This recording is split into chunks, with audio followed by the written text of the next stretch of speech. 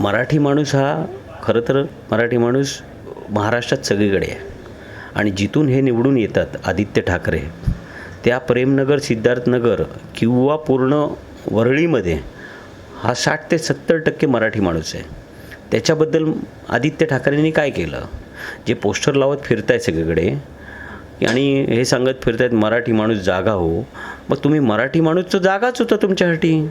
गेले 30 वर्ष नगरसेवक निवडून दिला, आमदार निवडून दिले.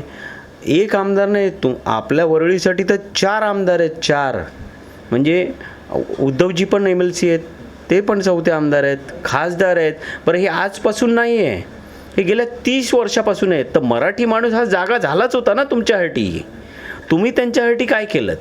वरळीसाठी तुम्ही काय केलं? त्याच्या म्हणजे हे एकदम चुकीचं आहे की तुम्ही मराठी माणूस जागा हो. मराठी माणूस तुमच्यासाठी 30 वर्ष जागला ना. काय दिलं तुम्ही वरळीकरांना? हा आमचा सवाल आहे.